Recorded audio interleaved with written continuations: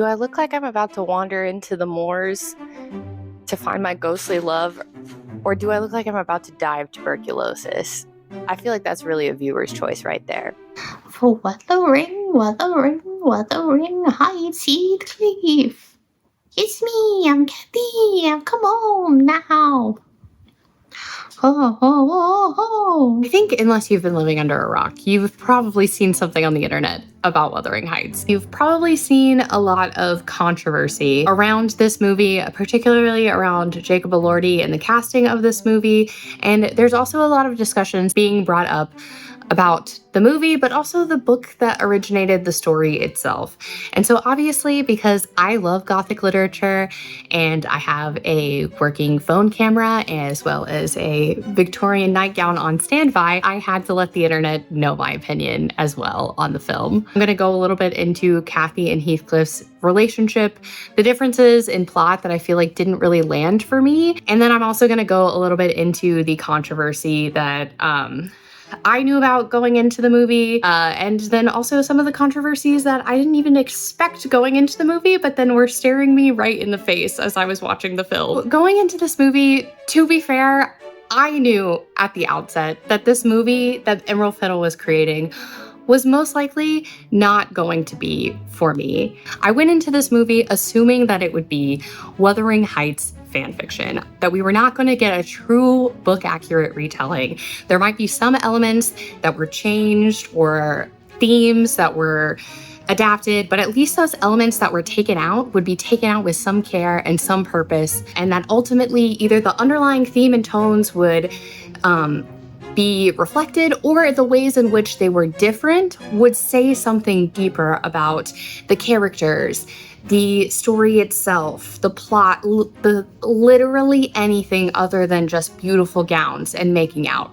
Okay, great gowns, beautiful gowns. Right? I was like, surely there will be at least a thread of something underneath that, because this book is so tied to these ideas of revenge and grudges and anger and all of these complicated human emotions. I was like, surely at least maybe we'll dive into some of that and how love and hatred intersect, right? Unfortunately, when I go into something, I am not really able to turn my brain off. And in fact, if something is pitched to me as it's really fun if you just go in and turn your brain off, that's usually a signal to me that it's not going to be something that I particularly enjoy watching, just because I have never a day in my life not overthought every single thing as it is presented to me. I am an overthinker. And you know what's fun for me? Complexity, world building, consistency, and also ghosts. Those are the things that I enjoy.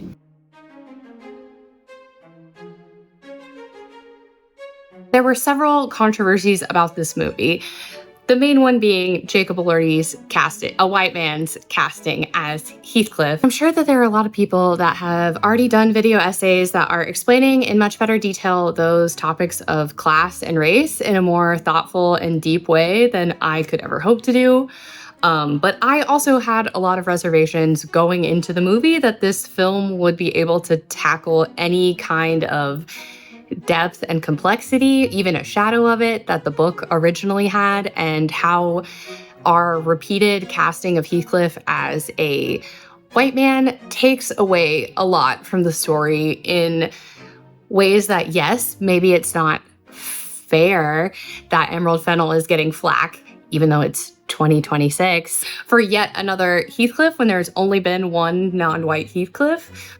But at the same time, it's 2026, and when your only excuse is, this is what I fantasized as a 14-year-old, and apparently that didn't include people of color, except in the role as villains, I think that people are right to call that out, and I am also one of those people that is going to call that out. When people go into this and they're like, why is it such a big deal that Heathcliff keeps not being portrayed as a person of color? I think on a fundamental level, one thing that we need to understand, and by we, I mean dumb white people, including myself in that, because I'm a dumb white woman, what do I know?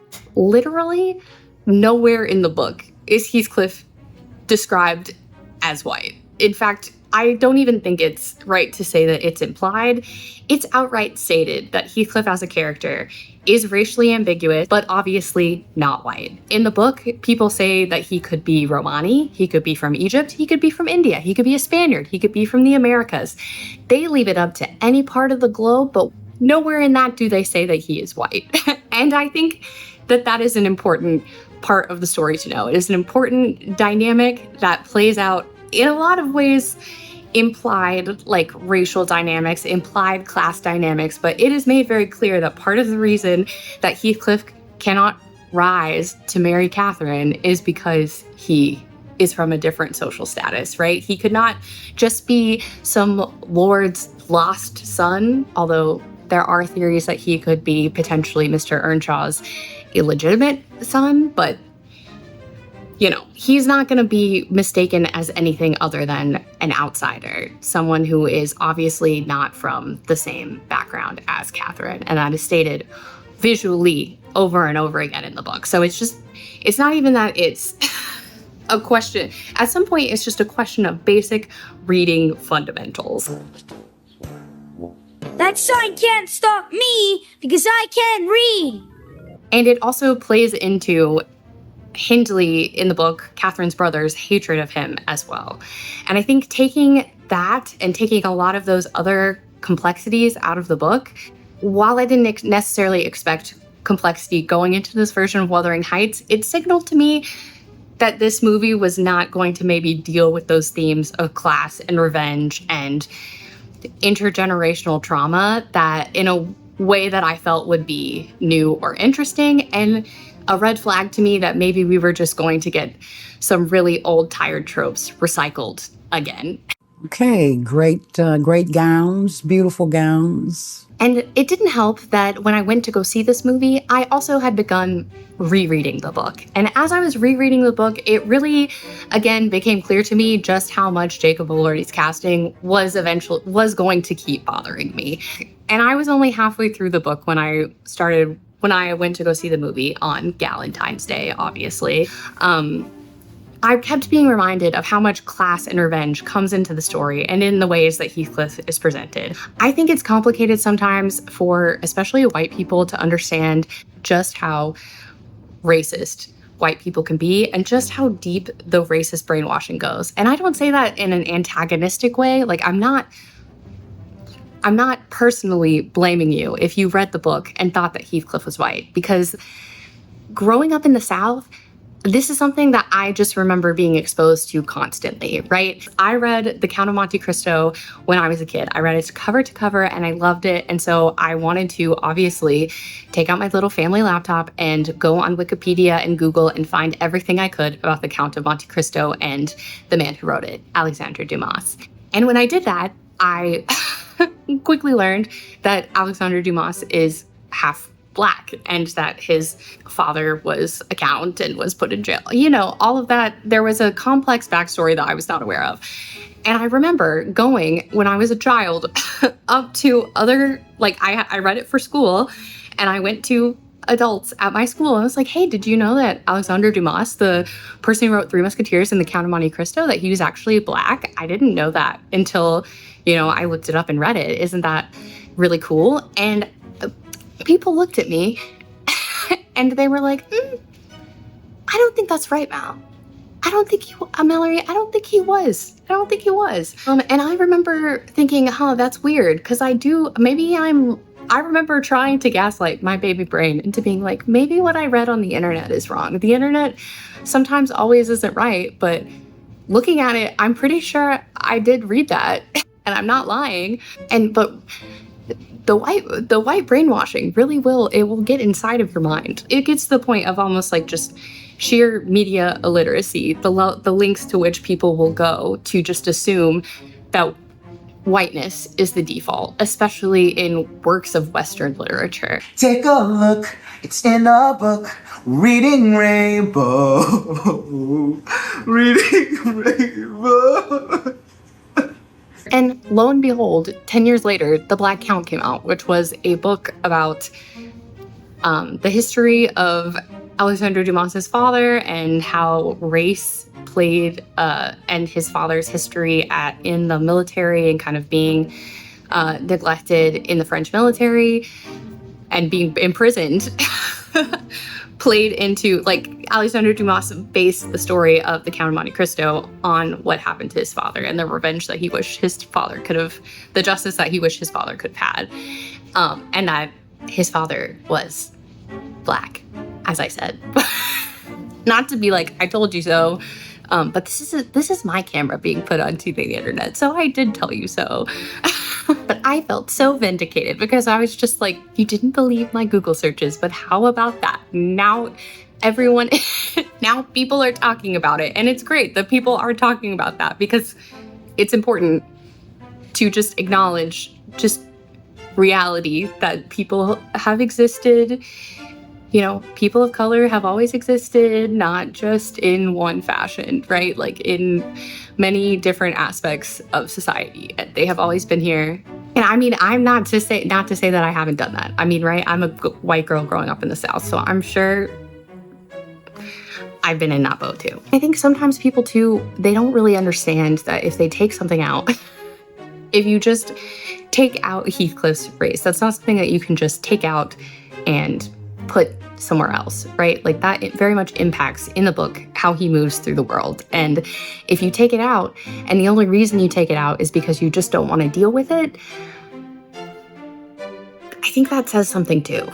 I think that was kind of the vibe I got. Again, and I saw a clip, I think it's kind of gone around the internet, of Emerald Fennell talking about why she casted Jacob Elordi and kind of just brushing past it. And that again was something that did not really sit right with me because, again, I kind of got the feeling of, if you're upset about it, that's kind of your fault, right? That was very much the vibe that I got from that clip. Maybe that's just me being overly sensitive, but that was just the vibe that I got, and it didn't really like it. It didn't really sit well with me, and it made me kind of concerned that I was not just going to not like this movie, that I might actually viscerally hate this movie, which unfortunately,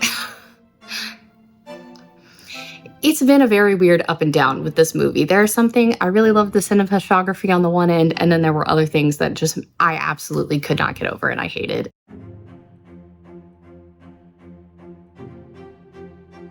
Controversy aside, right? And I was determined. I was like, I'm going into this movie. It's gonna be Wuthering Heights fan fiction. I can go in, I cannot overthink it. I can take it for what it is. I just won't think too deeply about it. I'll just turn my brain off and I can do it. I believe in myself. She said, knowing that she has never not thought deeply about everything ever.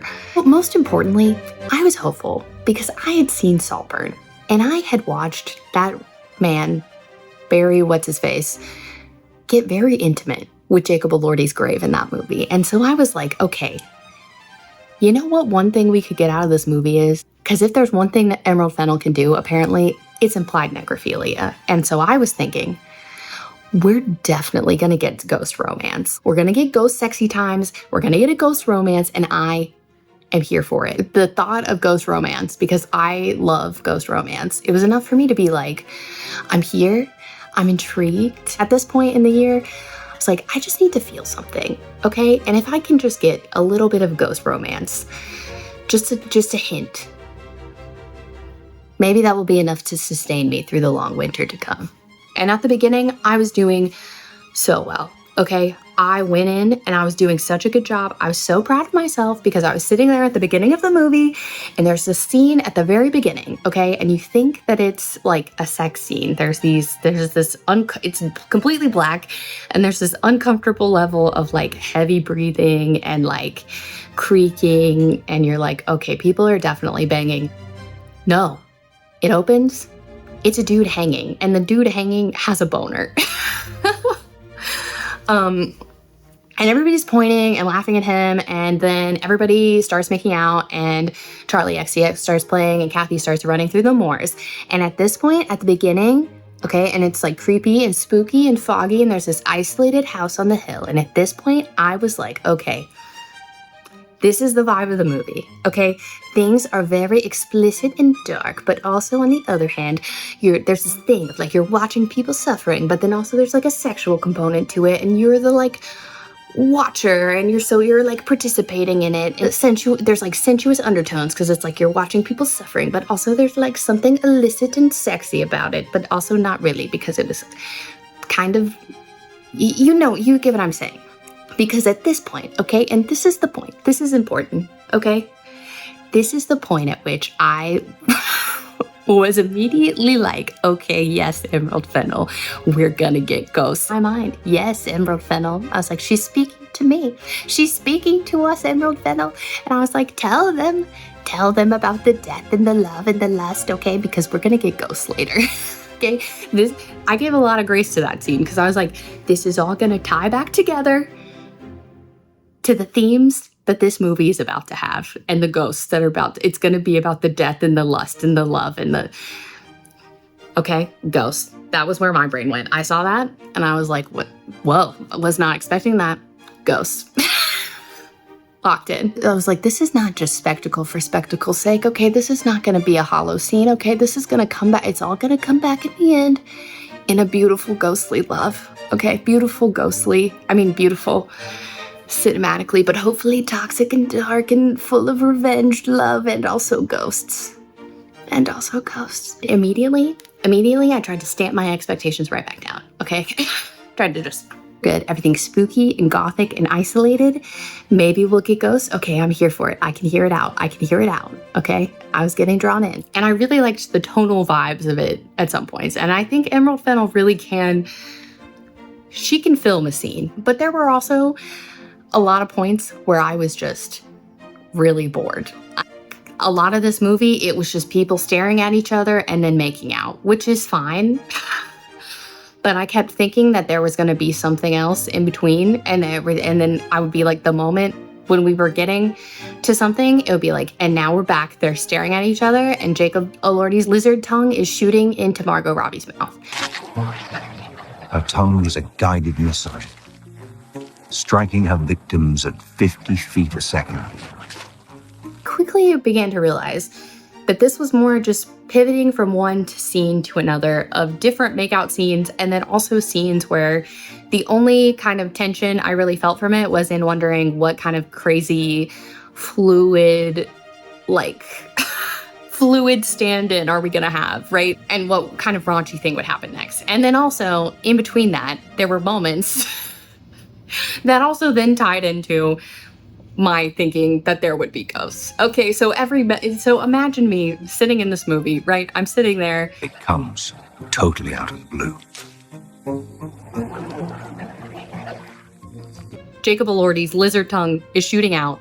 We're getting fingers into eggs, fingers into fish's mouths, slugs sliding down the windows. And then my mind is beginning to go numb, which is the pure spectacle and also how bored I am of it all. But then there would be a moment where a quote from the book would come in, and I would be like, this is not just a quote from the book. This is Emerald Fennel speaking to me directly, speaking to me personally, directly, and reminding me not to worry, because there will be ghosts and there will be revenge and there will be hatred and there will be blackmail and all sorts of other things that I will get excited about, right?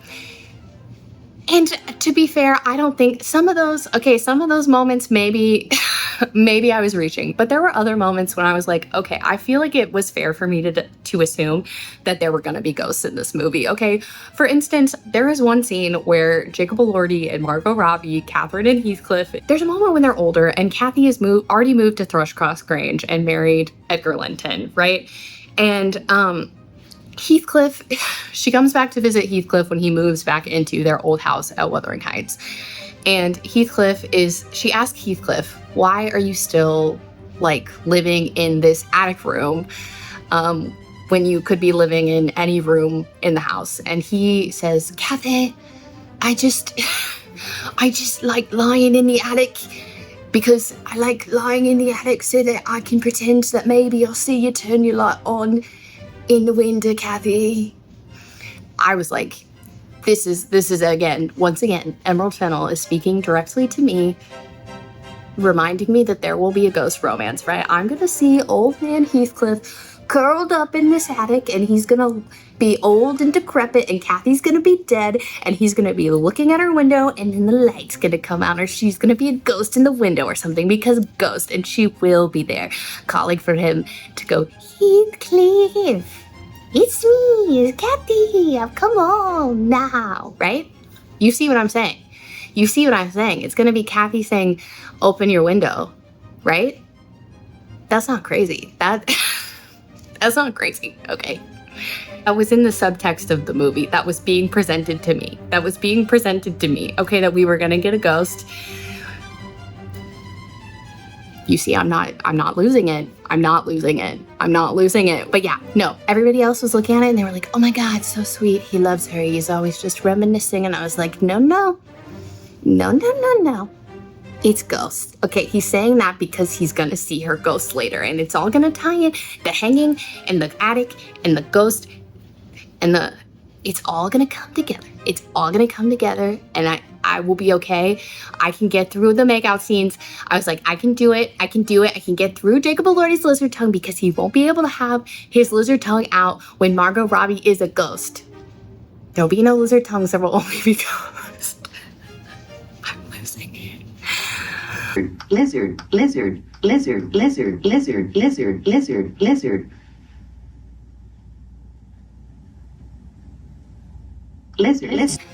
I should have known that it was not gonna happen, okay? There should have been a few signs that this movie was not gonna measure up on any level to what I was gonna want it to be.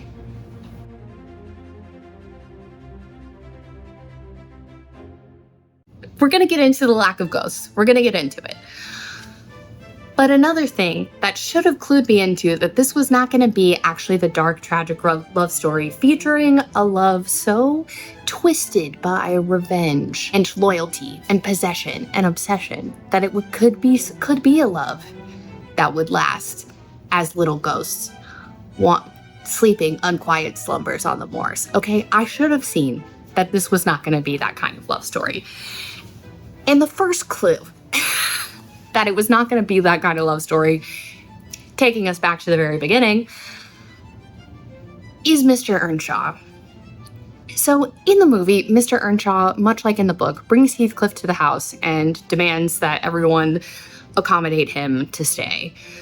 And I think this is the point at which one of the biggest change in plot takes place, and that is the combination of Mr. Earnshaw with Hindley, Catherine's brother. And this exclusion of Hindley basically takes out the entire back half of Wuthering Heights. Kathy is only alive in Wuthering Heights for about the first half of the book, if that. The rest of the book is about what happens after Kathy's death and the depths of depravity that Heathcliff is led to before his ultimate end, and also then revival as a ghost on the moors. And no, they are ghosts. No, he's not crazy. They are ghosts, okay? But basically, the combination of Mr. Earnshaw and Hindley disallows the rest of the back half of the book from happening. And for me, this combination did not really land. It made Mr. Earnshaw almost cartoonishly evil in the movie.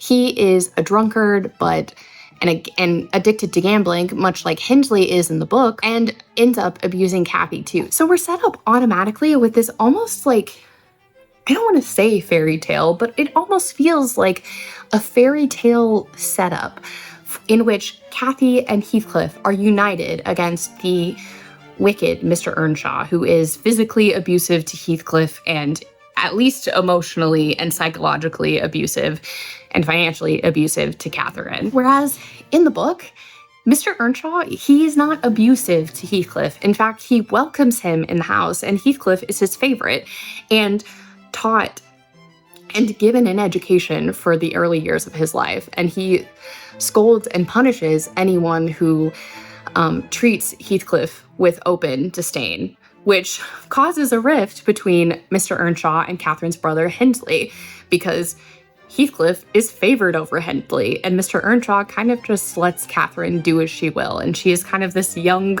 girl who just is very independent and kind of very bratty, and does whatever she wants. And Hindley takes out this vitriol onto Heathcliff because he is bitter that someone who he considers to be of a lower status than him is getting his daddy's love.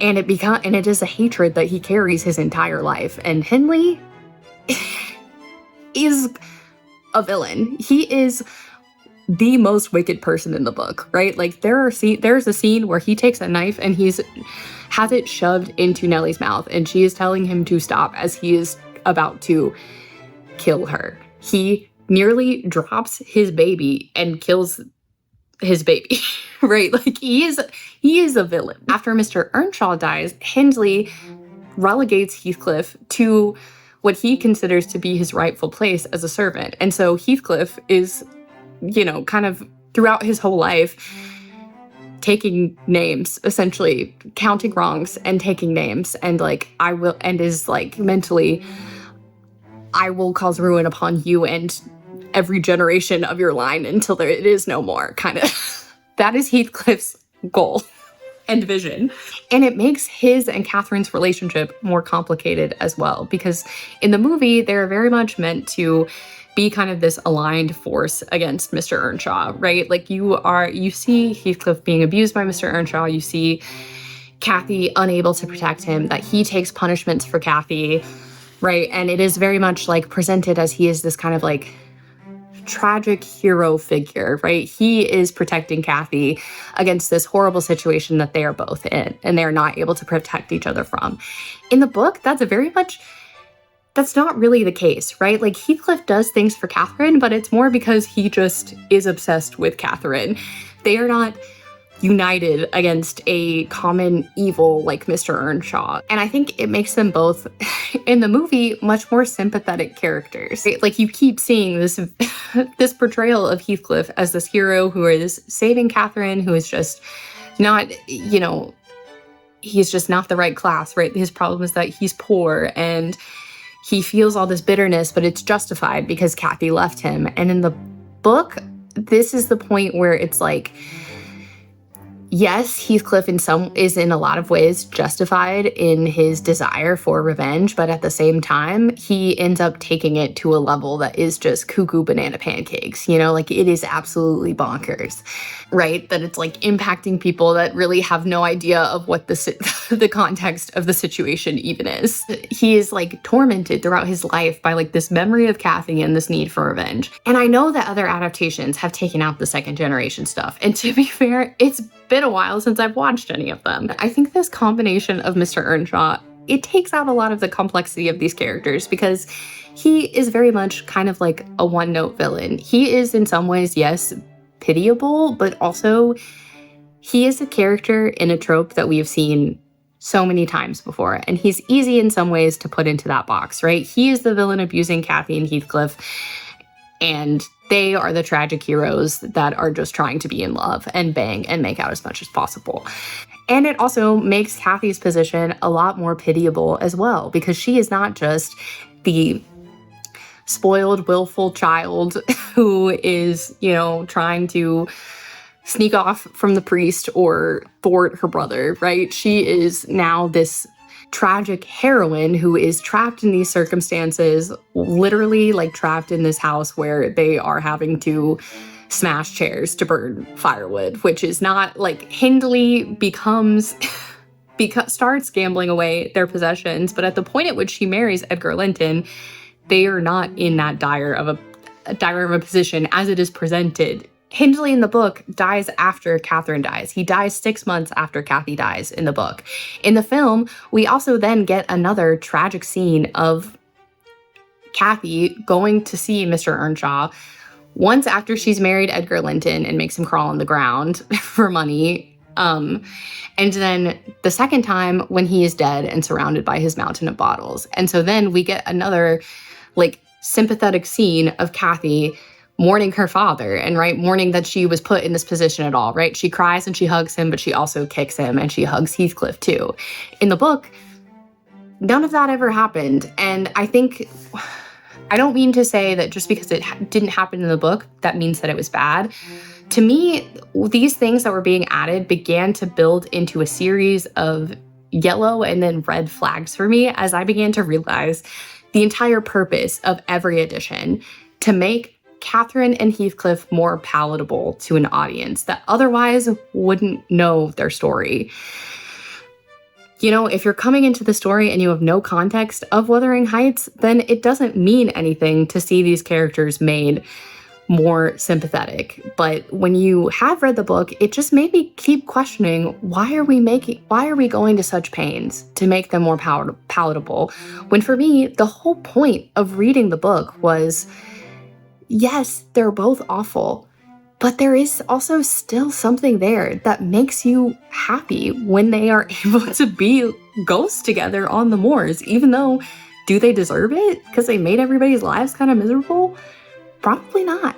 It became clear to me that every single change in the movie, maybe not every single change, that so many of the changes in this movie were designed to make particularly Heathcliff, but also in some instances Kathy, more palatable for an audience and remove the blame and accountability from them for the circumstances that they find themselves in. And this can be seen again through another character that was changed in the character of Nelly.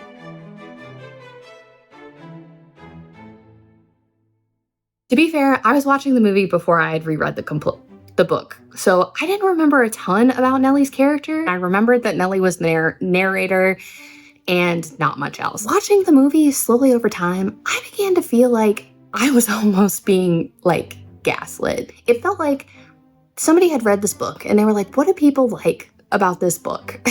What are people who really love this book, who maybe have Jane Austen tattoos and love ghosts? What are they going to be mad if I take out? What are they going to be mad if I turn around? And people are just going to call them killjoys. What can we do to just really psychologically torment them? It kind of felt like it was one of those things where I was watching this and Emerald Fennell would just put things in there that I was like, I think she just put that in there to kind of drive me insane. And to be like, if you don't like it, then you just are a little baby and suck it, you know? And I think that was why I felt like I was starting to go crazy, because it kind of felt like there were points where it was turning mean, right? Like, I feel like some of the changes and portrayals, it felt like it was almost mean. Maybe to me personally, I don't know. How many of you have ever felt personally victimized by Regina George?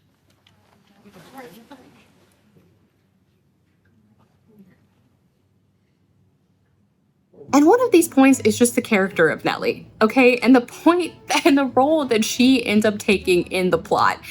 I can see, having now finished my read of the book, I can see in some ways how it could be interesting to highlight the kind of duplicitousness and playing both sides of Nelly's nature, right? There are times when she chooses to share information and withhold information in the book, and she will even openly state in the book, she's like, yeah, I really resented Catherine. Like, there are points where she's like, Catherine was ill and I was resentful of her, and it would have been better for everyone at that point if she had just died, you know? And that's not a good thing to say. There were points when she said things like that, or points when she was like, at the time I thought this and did this, but it was wrong of me to do that, and I should have done this instead. There are points when she says that, right? She's not a perfect character. Nobody in the book is a perfect, easy character. So I get, like, I understand how it could be an interesting dynamic to highlight. She's also a victim of abuse. She is in a different class position than Catherine. She's in a precarious position in a lot of ways. And I think in some ways, Emerald Fennell does show that, but also she kind of undermines that by constantly making Nelly the reason that Heathcliff and Kathy cannot be together, and that all of the bad things in the movie happen. All of the bad things in the movie that happen, Nelly has some kind of hand in, and she ends up becoming this kind of like de facto villain, which I hated, again, because she is one of the only people, she is one of the two people of color in this movie, and they are both made to be the obstacle that is keeping our main couple from being together. Why did we make that change? why did May make that addition? I can see in the book how she could take that and make that as an interesting twist, but I think in just combination with everything else, it did not land for me. And the reason why is because I feel like that change was made and highlighted in conjunction with all of the other changes to make Kathy and Heathcliff, particularly in a lot of these instances, Kathy, more bearable, and to make it not her fault to take the choice out of her hands and say, oh no, it was all Nelly's fault that they couldn't be together. When really in the book, okay, Kathy is constantly trying to see Edgar Linton. She is constantly inviting him to her home. Heathcliff, poor Heathcliff, he literally has a counter on the wall. He is marking the days that Kathy is bringing Edgar Linton to their house. And he is saying, you are seeing Edgar Linton on way more days than you're spending any time with me. And Kathy basically tells him, yeah, it's because you're not as interesting as Edgar. She likes the attention that Edgar gives her. And when Edgar asks her, she loses her shit on him. Then she traps him in the house and basically like Jedi mind tricks him into like forgiving her and also proposing marriage to her because he's a weakling who is also obsessed with Kathy. And she tells him yes. Okay, viewer? She tells him yes. And she goes to Nelly and she says, what do you think of Edgar Linton asking me to marry him? And Nelly's like, what did you tell him? And she's like, well, tell me what you think first. And then eventually is like, I told him yes. And Nelly says, okay, well, you can't go back on your word because you're a lady. And that is when Kathy says, you know, Heathcliff, it would degrade me to marry Heath. All of that is very similar. Like a lot of the things that she says in that scene are verbatim what she says in the book. The difference is Nelly, at least what she tells Lockwood, who she is recounting this story to. She tells Lockwood he might have, like, I did not realize it at the time, but he was sitting outside. And I will remind you, there are points in this narrative where Nelly owns up to things that she should have done differently. She says that she should have treated Heathcliff better when he first came in, and she treated him very rudely, and that was wrong. There are points when she literally says it would have been better if Kathy had died, right? Like, we are not given any reason to, we're given reason to believe, right? Nelly is human. She is making mistakes. She is telling a story, and obviously that story is going to put her in the best light. But I think, just from having read the book, if Nelly had seen Heathcliff, I think she would have said, I thought that Heathcliff was outside, and I think he deserved to hear what Kathy had done, right? But I don't see why she would lie to Lockwood about that to make herself look better, because I don't really think in that point of the story that would have necessarily made her look awful. But in the movie, it is very clear that we are made to believe it is Nelly's fault, right? Because then Heathcliff runs away, and then we're made to think, oh my God, Kathy was going to say no. Kathy was going to change her mind. And Kathy even later says this in the movie, that she was going to change her mind.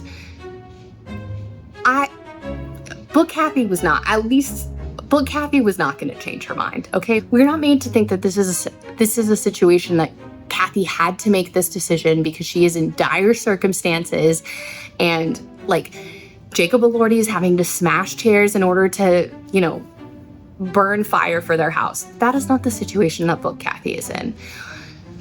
She is making this decision, and Nelly in the book even says, you are making this decision because Edgar Linton is handsome and rich and pays attention and loves you, right?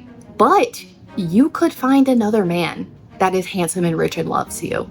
And that does not mean that you should marry Edgar Linton, right? She is childish and thinks that she can have both Edgar and Heathcliff, and doesn't understand that the two will always be mutually exclusive, and this trying to merge the two together Trying to have both is what leads to her dying. Instead, in the movie, this is turned into a tragic romance in which Nelly, if she had just told Catherine that Heathcliff had hurt her, if she had gone after him in time, then maybe they would have run away and been poor together. When in reality, that was never going to happen. And this is presented as something in the book, constantly this choice is something that is presented, right? As one thing or the other, right? Even when Kathy dies, she says it is because she is having to choose, that Edgar and Heathcliff have killed her because she is having to choose between them. But, you know, even to the point of when Catherine is buried, it is still between Edgar and Heathcliff. Edgar is on one side, Heathcliff goes in and busts out half of her grave and busts out half of his casket and is like, now there is nothing between us and Edgar cannot stop us, right? But still, she is between them. Maybe she doesn't love Edgar and thinks he's kind of pathetic, but also she loves the kind of life that he has to offer her. And in a moment when she could have just told him no, she could have told him to wait.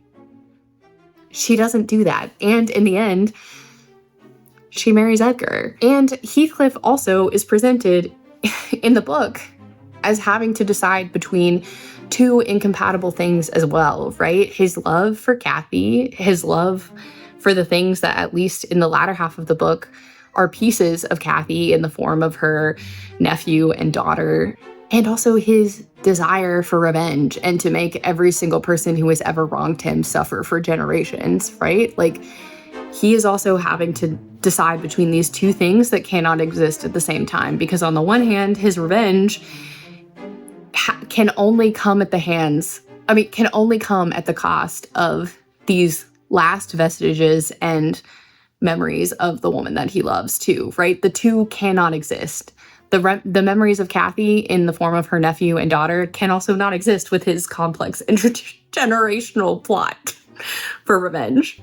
And when you take those choices away, you end up hollowing out the characters. And this becomes not a story about revenge or love or the choice between comfort and love and revenge and memory. It becomes a spectacle in pettiness. And that, to me, made me just not care about the romance at all, because instead of Kathy and Heathcliff being, yes, at points in the book, they are petty, they are awful, they are bratty and annoying, but also they are complicated. And in the movie, I just kept feeling like I was watching people who were full-blown adults acting like they were children and mad, basically the equivalent of being mad that your toy was taken away. That was the vibe that I kept getting through the whole movie. Not only do we have this scene of Nelly basically see that scene in the window where she's looking and making eye contact with Heathcliff, we also have it again reiterated that it is Nelly's fault. Kathy, our tragic heroine, literally says this in the film, that it is her fault that she and Heathcliff are not together. And when I was watching this, again, it was a moment where I felt like I was being gaslit, because I was like, bitch, you were gonna make that choice anyway. Why am I constantly being fed throughout this movie that it is not Kathy and Heathcliff's fault that they are not together? That it is just some Shakespearean twist of fate outside of their control completely. And that is why it is so tragic. That if there had just not been that one miscommunication, then they could still be together. When that is very much not the case. The whole point of Wuthering Heights is that in this world, in the world in which society has bound them, and through the choices they have made, both the choices they have no control over societally, generationally, and the ones they do, they're not able to be together on so many levels, but they still love each other in spite of that they're able to find this third place for themselves as ghosts on the moors, forever scaring the villagers. Do you see the vision of what I am saying? Are you with me? And then again, as if that isn't enough, and we have that scene of Nelly being cast out by Catherine. She then has to go. She is being cast out by Catherine, right? She is being thrown out onto the streets. And so she has to go to Edgar Linton and tell him that Kathy is having an affair with Heathcliff, right? To me, I'm like, yes, obviously she has to do that or she will starve. And Kathy has literally never treated her with like human dignity and only treats her as like a plaything, basically. Which in the book is not really how Kathy is portrayed. Like, yes, she is a bitch and like a brat, but also she does care about Nelly at least a little bit. But Nelly is made to ruin Kathy's happiness twice. And then a third time, she doesn't tell Edgar Linton how sick Kathy is and that she's going to die. And then Kathy ends up dying. And so then now Kathy's death is Nelly's fault too. Nothing in this movie is presented as being Kathy's fault, right? And in doing that, she becomes just like this. She, in some ways, loses all like humanness about her, and she just becomes this vehicle onto which we can project our desires for Jacob Elordi's lizard tongue. He takes you out with one fatal flick of his 2-foot tongue. It baffled me that was what we were doing in this movie. It baffled me.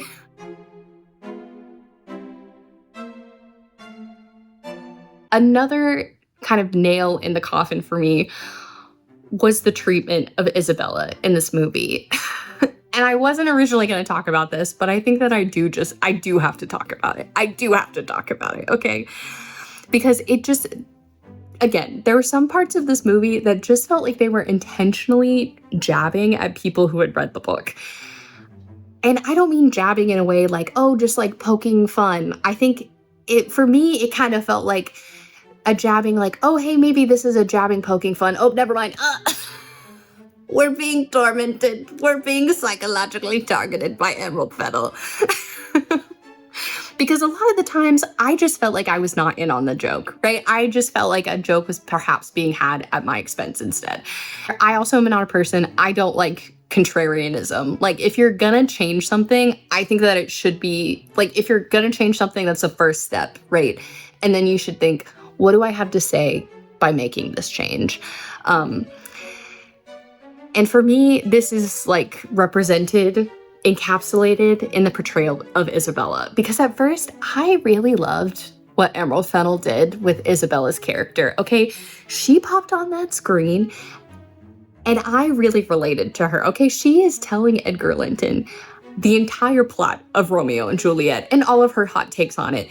And I remember I looked over at my friends at this point in the movie and we were all looking at each other and we were like, okay, yes, see, this is Mallory in her room alone for hours rambling about the Hunchback of Notre Dame, okay? She's just this weird girl.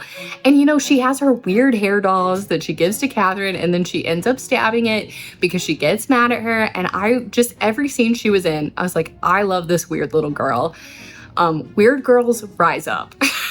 She was the best part of the movie to me because every scene she was in, I was like, she's gonna steal the show. And Isabella's definitely not portrayed this way in the book. She's kind of just a very lackluster character who doesn't have a ton of scenes, is very like obsessed with Catherine, then like loves Catherine, then falls in love with Heathcliff, thinks that she can change him, very much can't, and runs away to London. She believes that in the book, that she can turn Heathcliff into this romantic hero by running away from him. And Heathcliff even says this in the book. He says, she thought she could turn me into a romantic hero even when I hung her dog from a tree when I was kidnapping her to marry her. And she still thought that she could change me, but she was wrong because I am not a romantic hero. Heathcliff is very upfront that he has no intentions of playing this role. So Heathcliff, he's the villain. He is wicked. He is intent on his search for revenge. Heathcliff in the movie does not have a long-term revenge plan. His running away with Isabella, it is really just to spite Kathy and make her annoyed, right? That he can marry someone else. To me, it did not come across as something calculated to enact a plot of, 20 years of revenge and to crumble Thrushcross Grange and Wuthering Heights and their inheritors to dust, right?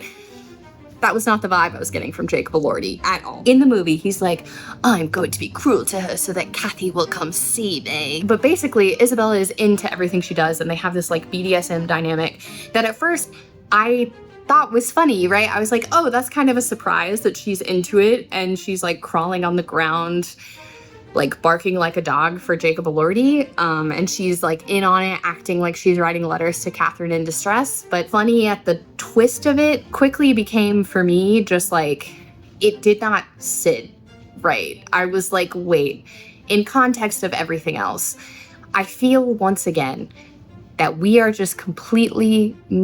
taking Isabella's character and we are using her.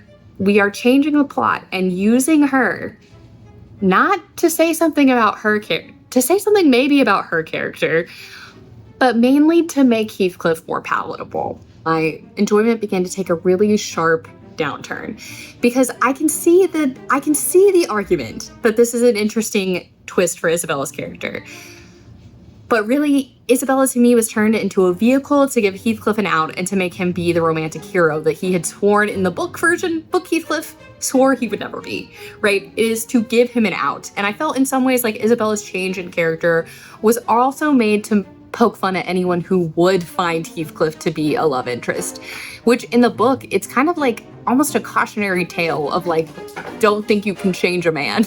In the movie, instead, it's like, we are almost made to be kind of like, Isabella almost sometimes feels like an audience stand-in for both Emerald Fennel and Heathcliff to poke fun at. Like, for her to go, haha, see, aren't we all just depraved for the hot guy that's kind of a jerk? To me, it just kind of felt like we are getting not only a whitewashing of Heathcliff in the casting of Jacob Elordi, but we are also now getting a moral whitewashing of Heathcliff because all of the awful things he does in the book are completely erased or otherwise made non-problematic. He doesn't do anything that is really that awful. Like, Isabella is fine being his captive at Wuthering Heights. She's ecstatic, in fact. He does not really destroy Edgar Linton's life any more than he destroys his own by Kathy dying. I mean, yes, I guess that he took Wuthering Heights from Mr. Earnshaw, but it's also not really the same in the book because Kathy is married to Edgar Linton. She doesn't necessarily need Wuthering Heights. And in the book, Heathcliff is taking Wuthering Heights away from Hindley and also away from Hindley's son, Hareton, and basically makes Hareton live as an indentured servant to him and indebted to him until he dies. And takes away his inheritance and doesn't let him access any education and basically tries to raise him to be a brute and psychologically torments him, makes him be in this toxic relationship where Hareton loves Heathcliff and doesn't recognize that Heathcliff is letting him be a brute because he wants to make Hareton suffer and bring him down and make him as depraved as Heathcliff is. Everything in the second half of the book is taken out and nothing is left to replace it but this petty drama and bickering between Kathy and Heathcliff. So it felt like we were just getting a double whitewashing of Jacob Elordi's Heathcliff. So that way people didn't feel guilty about liking him and wanting to see him end up with Kathy. And for me, part of the draw of Wuthering Heights, and I think part of why people are still talking about it to this day, again, surprisingly, as someone who is not usually into that kind of dynamic in romance books, is that, yes, Heathcliff is so horrible, but also at the same time, he is such a freak for Catherine that I do genuinely feel happy when I get to the end of the book and they're just freaky little ghosts together, freaking people out, freaking the townspeople out. But it is that very weird juxtaposition of like horribleness and beauty that is just so like intriguing, and there is just something like Emily Bronte was just cooking when she wrote it. And I think the movie never crosses that line. It doesn't want to touch it at all. Tell you that there is spectacle, there's all these raunchy and sensationalized scenes, but at the same time, then why is it giving you this sanitized and literally and figuratively whitewashed version of the romance that is easily digestible, easily putting aside any of the blame that could be placed on our two main characters? Like, yes, they're annoying people in the movie, they're not great people, but it's not their fault they're not together, right? They didn't do anything really that horrible, did they? And isn't it just tragic? Because we never toe that line, I feel like that's why the spectacle began to really annoy me.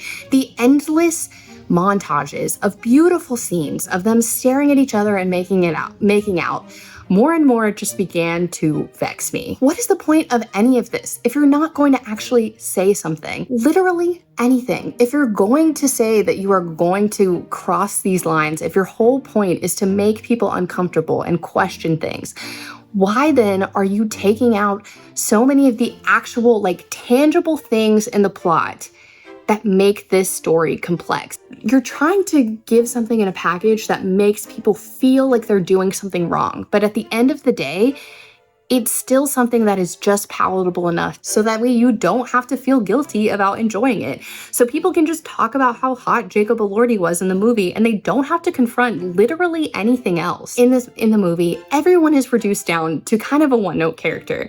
Nelly becomes a villain, obsessed with keeping her position. Kathy becomes a petty brat who is just obsessed with making out with Heathcliff. And Heathcliff, again, just becomes a kind of vindictive one-note man who just is happy as long as he can be making out with Margot Robbie, which in the book, Heathcliff, yes, he would be happy to be with Catherine, but I don't think that, like, we're presented with this character of Heathcliff in the book who literally from childhood is presented as, like, he is quietly plotting how to take revenge for all of his wrongs, for all of the wrongs done against him, right? And if he does something, it is usually because he is thinking, like, what is he going to get out of it in the end? And he's constantly playing the long game. His ability to put down that revenge and put down his, like,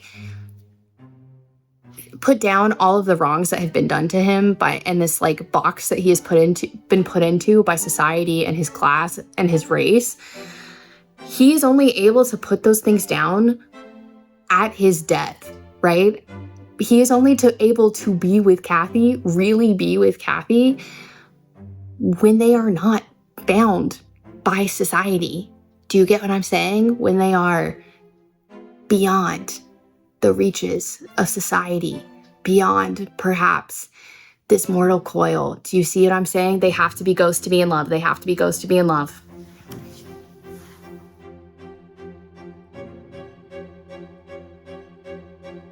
So I'm sitting in this movie and I feel slowly like I am the one that is being haunted, okay?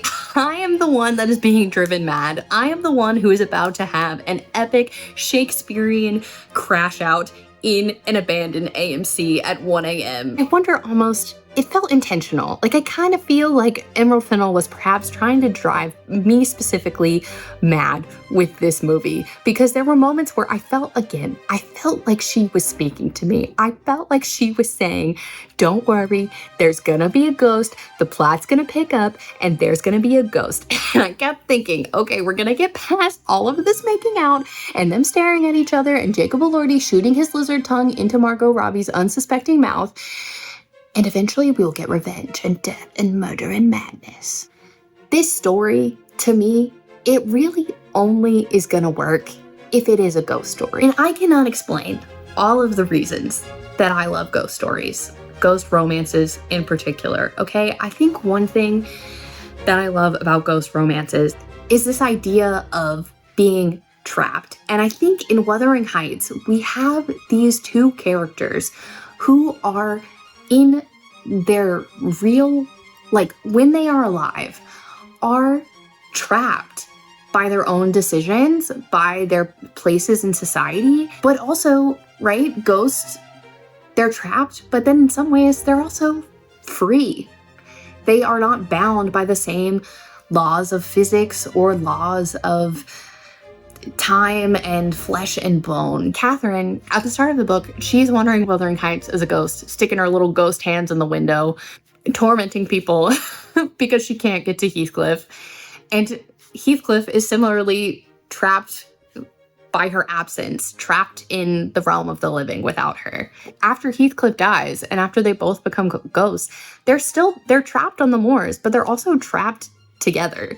They finally get the chance to be together, even though they are like trapped in this one place for all of eternity. And that could be something that's like, you know, the townspeople see it as something that is very like scary, right? They're constantly coming up to Nelly and saying, I saw Mr. Heathcliff and this ghost woman on the moors, and were really freaked out by it. But we, the reader, because we have the full context of the story, we know that this is the place that they both would most want to be, which is with each other. And in the book, Kathy even says this. She says that she had a vision of herself going up to heaven, like dying and going up to heaven and being completely unhappy there. And so coming back down to earth and feeling free and like feeling released, because she could never make a home of heaven. So she has to make a home somewhere else, somewhere that other people would assume is a curse. But to her, it's the place that she's able to be free. And it's also the only place she's been able to be free, right? In the book, the moors are constantly portrayed as almost a living character within itself. It is this place where it is dangerous and deadly. People constantly get lost, or they show up completely like banged up because they got lost in the fog and like sprained their ankle in the moors or whatever. But it's also the place where Kathy and Heathcliff are able to be together growing up. They explore the moors together, and it's this kind of place where the same rules don't apply. It's this place that to other people would be a horror story. It would be a nightmare. But to them, it's the place where they get to be together. It's that place in between, literally in between Thrushcross Grange and Wuthering Heights. But it's also that place in between life and death, between heaven and hell. The only place where they can be free, the only place where they don't have to fit into a box. I think that's why I really wish there had been ghosts in it, because I feel like this is, to me, why I love the book so much. Much so that when I closed the book, I was texting my friends, like, I don't even think I'm gonna end up ranting as much as in the video, because it was just such a good read and I enjoyed it so much. Because that is such a powerful idea to me, that maybe you can't exist in some aspects of society. Those things, there are some things that even if Kathy and Heathcliff had made completely different decisions, they were never going to be able to change. But in the end, they can also make their own place. And they finally do. Heathcliff has to let go of his need for revenge, and Kathy also has to let go of this idea of being everything that society expects her to be, including being a good little girl and going up to heaven. She has to be confident to say, actually, I'm gonna do my own thing like I've always done, and I'm gonna go wander these moors forever, bitches. And Heathcliff, he has to let go of constantly trying to ruin the lives of baby Catherine and baby Hareton, and trying to destroy Thrushcross Grange and Wuthering Heights. He has to let that go in order to make a place for him and Kathy, which, you know, I mean, involves him slowly going crazy and then dying mysteriously because he stops eating for 3 days. But when he finally lets that go, he is able to see Kathy finally in the eyes of her nephew and daughter, and he realizes that they're a piece of her, and that piece of her is also still hanging around the moors, to him at least. I mean, you could argue he's going crazy, but again, in this video, we're arguing that they are ghosts, and you're wrong if you think they're not ghosts. And yes, they caused so much drama, and so, not just drama, literal pain to real people. And do they maybe deserve a happy ending? Maybe not, but also at the same time, I was happy that they wound up finding a little place to be freaky little ghosts together, in between life and death, in between society's expectations of right and wrong, in between being outcast, in between Thrushcross Grange and Wuthering Heights. And I just really loved that. And I think it ties into, again, that's why this book is such a classic Gothic banger.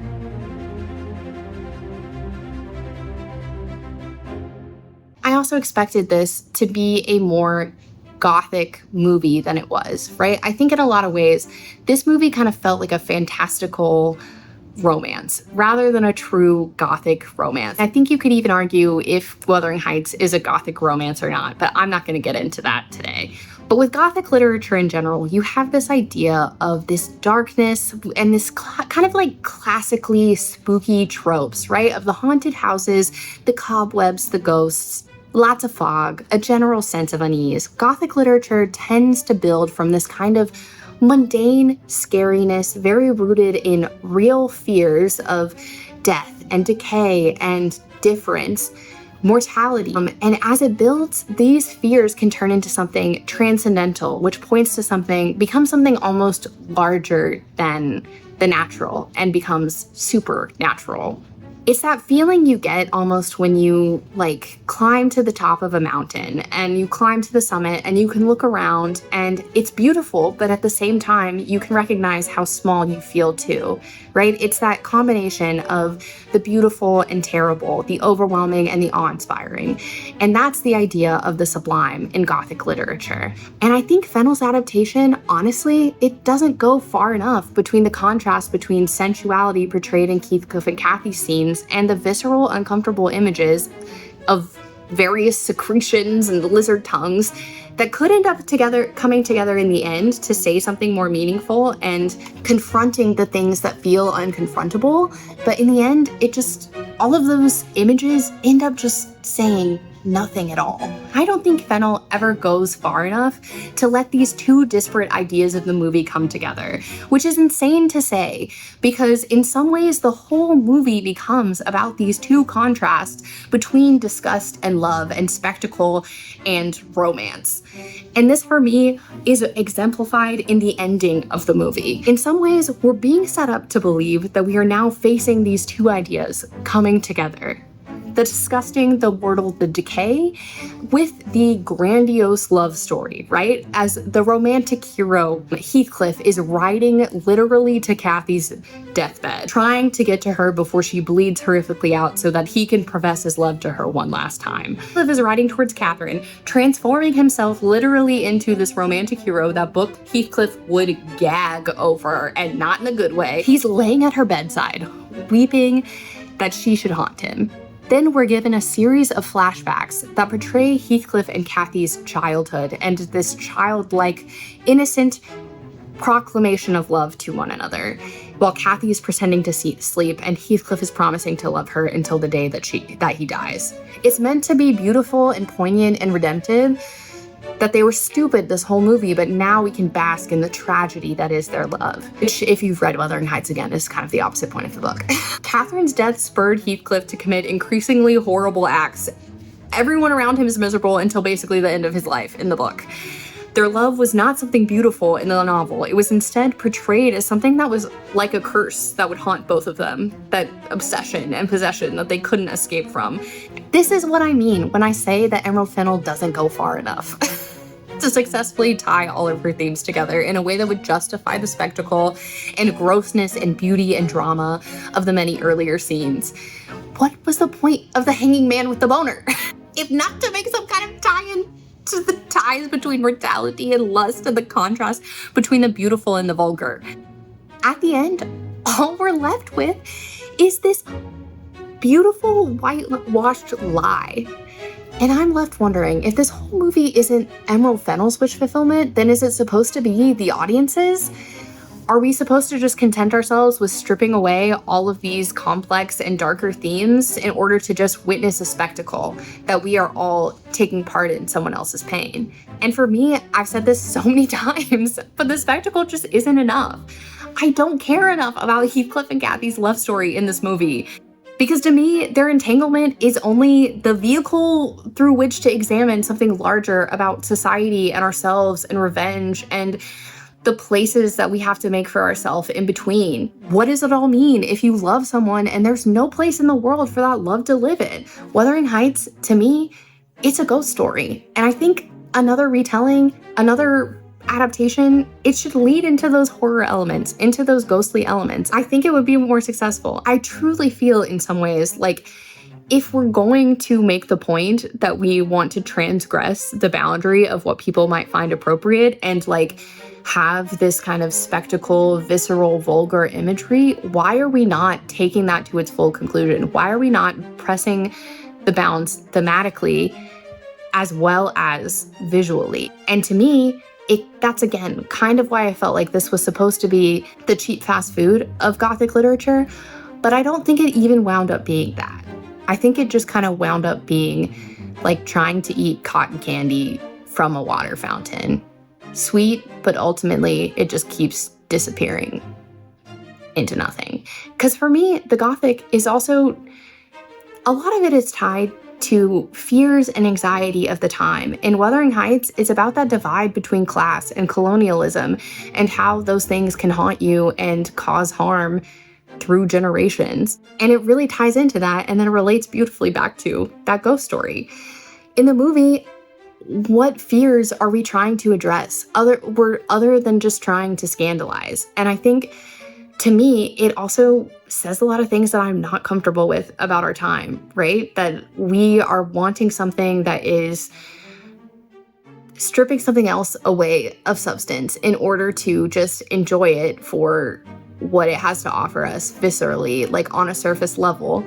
And in some points, it kind of feels like you're making fun of people who might want to think about it in a different way, or think about it deeply, or think about it and compare it to its original context.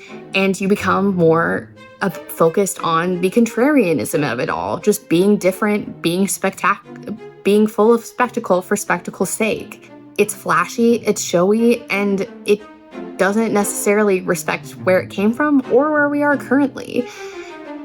As if we don't still have these problems of race and class in our society, as if there are still not people who feel as though they are forever trapped between Thrushcross Grange and Wuthering Heights, right? Like, when you take all of that out and you just make it this flat love story, what does that say? That you think that people can't handle something more complex, or you don't want them to? Like, what anxieties are we supposed to be portraying? Is it just that we're worried that people are prudes, and so we're trying to scandalize them, present them with a lot of overly sexualized imagery, and just think that that is enough to trick people into thinking that you're doing something revolutionary? It just doesn't seem enough to just be like, isn't this so scandalizing? Aren't you kind of in on something that maybe is like a guilty pleasure? I didn't really feel that way. I kind of just felt like I was being talked down to, and simultaneously talked down to, and also made fun of for being too overthinky. At the end of the day, I think that's my argument. I just think that Emerald Fennell did not really want to say anything. I think she wanted to make something that on its surface seemed like it was going to be revolutionary and spectacular and groundbreaking. But when you look at it even a little bit more closely, all of those things quickly fall apart, because at every instant she takes a step back from actually having anything to say, actually ever allowing the plot to be gray, or allowing you to have to question why you are rooting for these two characters at all, because at every instance it's made spectacularly easy for you to do so, unless you have those two wolves fighting, of Wuthering Heights 2026 and Wuthering Heights, the actual book. This movie is sensational, but when you look underneath, what's really there? Like,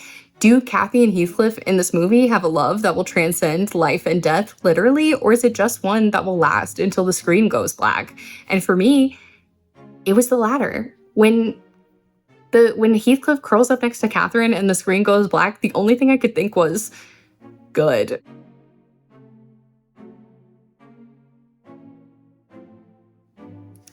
So I think in summary, like the movie, don't like the movie. I think in spite of everything I've said, the people I went to see the movie with, they liked the movie. I think there are reasons that you can like the movie. I'm not saying you can't like it. But for me, I knew going into it, this movie was never gonna be made for me. And I'm not saying that to be like, I'm smarter than everybody else. I'm saying that in a way that I feel like Emerald Fennell personally reached into my mind, and she was like, how can I torment this Southern woman who I have never met, who loves ghosts, and how can I drive her slowly mad within the last 30 minutes of my movie to such a point that she is ranting and raving like a lunatic and then wandering like a ghost in the moors and looking like she has tuberculosis in a Victorian nightgown in front of her camera in a room by herself at night. Delicious.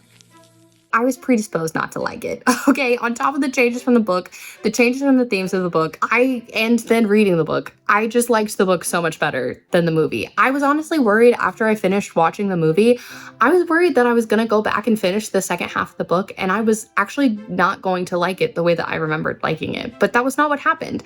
I finished the book, and I loved it. I thought I was gonna have a hard time making this video because I was not as angry as I was leaving the theater, because I was just in such like a beautiful afterglow of my little freaky ghost romance. That maybe is the lesson, right?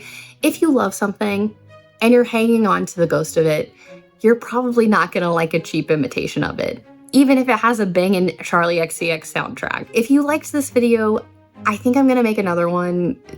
That was the video I originally intended to make about Wuthering Heights, which was a comparison of Heathcliff and Edward Cullen as Byronic heroes, which I thought I was going to do hating both Heathcliff and Edward equally, but I actually didn't really hate Heathcliff at all, because Emily Bronte was really cooking with something when she wrote him. Keep an eye out for that, and I will try to keep my prejudices against a certain individual of a sparkly nature at a reasonable level. And if you liked Wuthering Heights, the book or the movie, definitely let me know in the comments. If you had what your reaction was to watching the movie. I'm not going to recommend that you go see the movie. I think probably if you're watching this, you've already gone to see the movie, but thank you for watching.